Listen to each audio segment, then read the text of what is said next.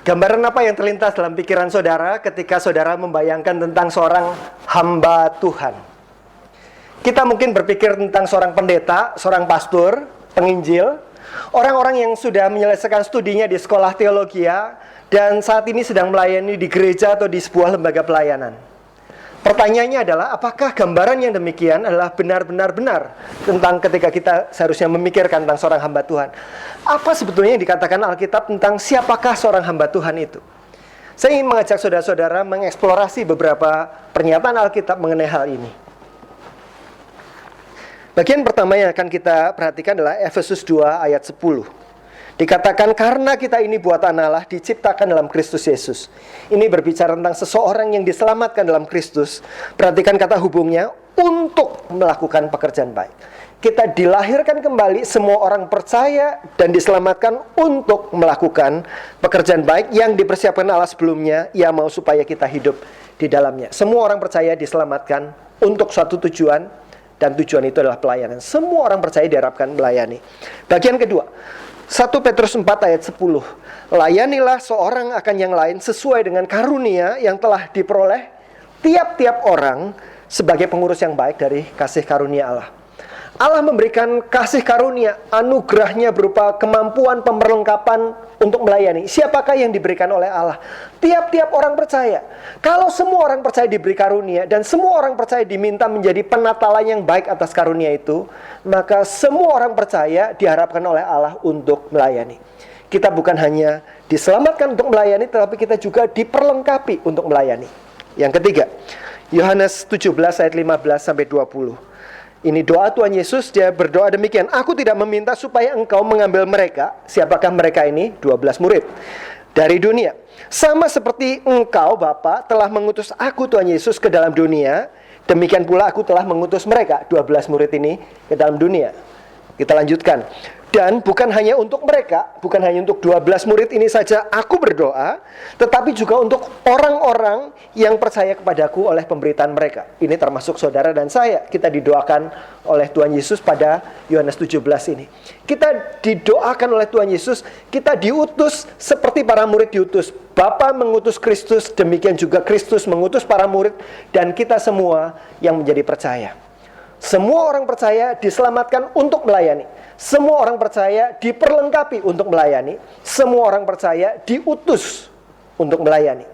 Jadi siapakah hamba Tuhan di dalam Alkitab Perjanjian Baru kita?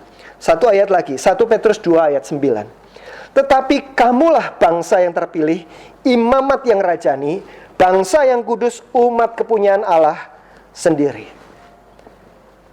Kita semua orang yang sudah menjadi percaya diselamatkan dalam Kristus, dikatakan kita adalah imamat yang rajani, imam-imam yang melayani raja. Siapakah imam? Imam adalah hamba Tuhan, adalah seorang pelayan Tuhan. Di dalam konsep Perjanjian Baru, semua orang percaya adalah imam yang melayani raja. Semua orang percaya adalah hamba Tuhan. Sangat berbeda dengan praktek di kebanyakan komunitas orang percaya yang digambarkan seperti corong ini. Ada semua orang percaya digambarkan dalam bagian yang luas, yang besar di atas ini. Kemudian dari beberapa orang percaya ini ada orang-orang yang sungguh-sungguh, kemudian mau melayani. Beberapa kemudian masuk sekolah teologi, kemudian mereka menjadi hamba Tuhan, sebagaimana kebanyakan pandangan populer memikirkannya. Dari sekian banyak, hanya sedikit saja yang menjadi hamba-hamba Tuhan yang melayani. Yang lain menjadi konsumen setia dari pelayanan para hamba Tuhan ini. Sangat berbeda dengan pandangan Alkitab. Seharusnya apa yang harus dilakukan oleh semua orang percaya, dan apa peran dari orang-orang yang sudah menyelesaikan studinya untuk melayani di gereja dan lembaga pelayanan. Efesus 4 ayat 11-12. Dan ialah yang memberikan baik rasul-rasul, nabi-nabi, pemberita Injil, gembala-gembala, dan pengajar-pengajar untuk, nah ini kita melihat bahwa ada peran dari orang-orang yang kita sebut sebagai para full-timer tadi. Untuk apa? Untuk memperlengkapi orang-orang kudus, memperlengkapi semua orang percaya bagi pekerjaan pelayanan, bagi pembangunan tubuh Kristus. Artinya semua orang dipanggil untuk melayani.